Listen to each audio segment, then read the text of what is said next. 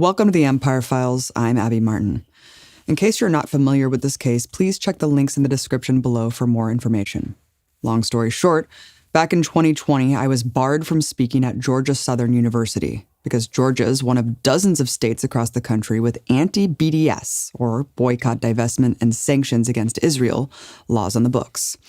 In order to speak there, I was asked to sign a loyalty oath to Israel, pledging to never support or advocate for the BDS movement.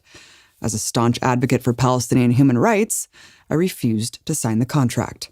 Instead, I filed a lawsuit to sue the state for violating my First Amendment rights, with the hope of getting the law overturned.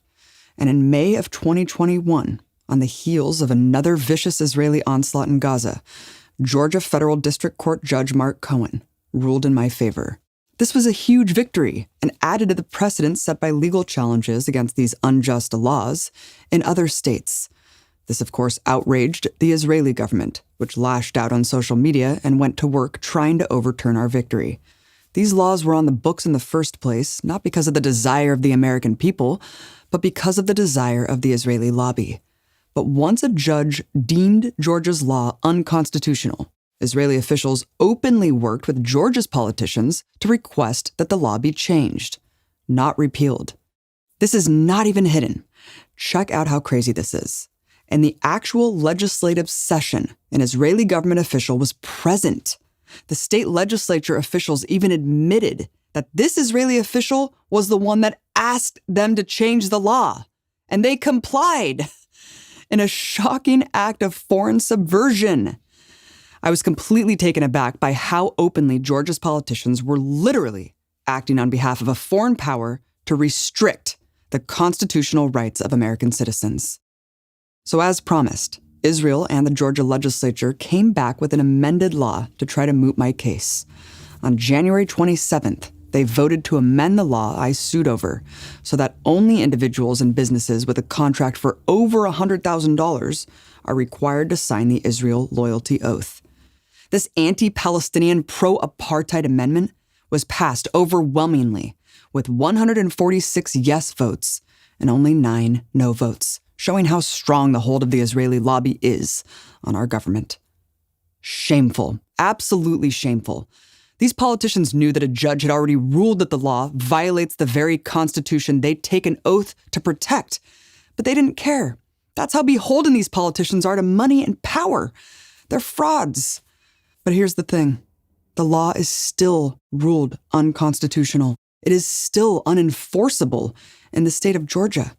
No one will have to sign this pro-Israel pledge in order to work for the state for contracts under $100,000. But if any individual or business with over $100,000 in contracts refuses to sign it, it would still be deemed unconstitutional to try to punish them under this law. So, my legal precedent still holds. And the only thing this amendment accomplished was finding a way to keep the language on the books. Basically a propaganda victory, so Israel can erroneously claim they defeated my lawsuit. So what does this mean? While the pro-Israel crew is happy they can claim to have made my lawsuit irrelevant because they stopped the law from being repealed by simply modifying it. And they're completely counting on the fact that no business with big contracts will follow suit and continue to challenge the law.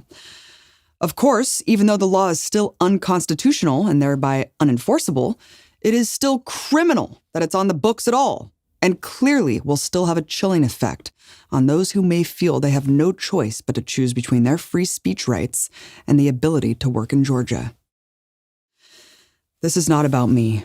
It's about all of us and the guiding principles that supposedly make our country great. For as much as the corporate media and political establishment cry about censorship and free speech, there's barely any discussion about these outrageous laws that exist in more than half the country.